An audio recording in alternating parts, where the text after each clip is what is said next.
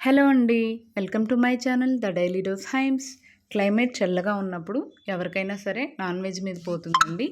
అందుకే నేను ఇవాళ డాబా స్టైల్ చికెన్ కర్రీ చేశాను. ప్రాసెస్లోకి వెళ్ళిపోదామా?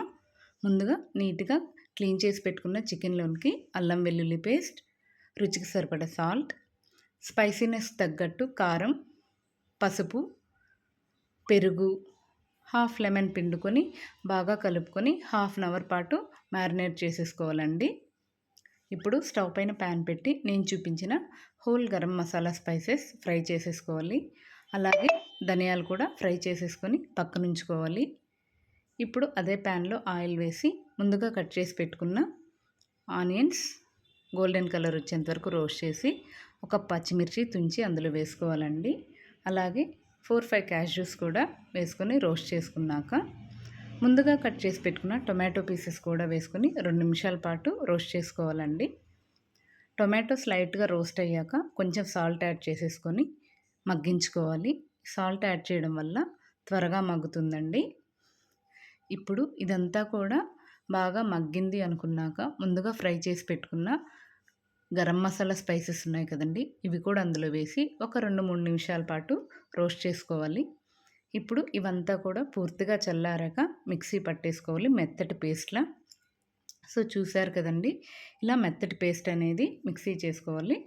ఇప్పుడు స్టవ్ పైన ప్యాన్ పెట్టి ఆయిల్ వేసి ఆయిల్ హీట్ ఎక్కాక ఆవాలు, కరివేపాకు, ముందుగా రెడీ చేసుకున్న మసాలా పేస్ట్ కూడా వేసేసుకొని బాగా రోస్ట్ చేసుకోవాలండి. ఇదంతా కూడా సిమ్లోనే పెట్టి రోస్ట్ చేసుకోవాలి.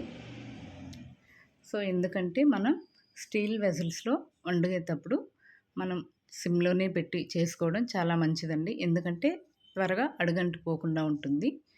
సో ఈ మసాలా చూసారండి, రోస్ట్ అయ్యేటప్పుడు ఆయిల్ పైకి తేలే స్టేజ్లో ముందుగా మ్యారినేట్ చేసి పెట్టుకున్న చికెన్ని కూడా అందులో దించేసుకొని బాగా మిక్స్ చేసుకోవాలండి. ఈ మసాలా పేస్ట్ అంతా కూడా చికెన్ పీసెస్ పట్టేలా మనం 2-3 సార్లు మిక్స్ చేసుకున్నాక మూత పెట్టేసుకోవాలండి.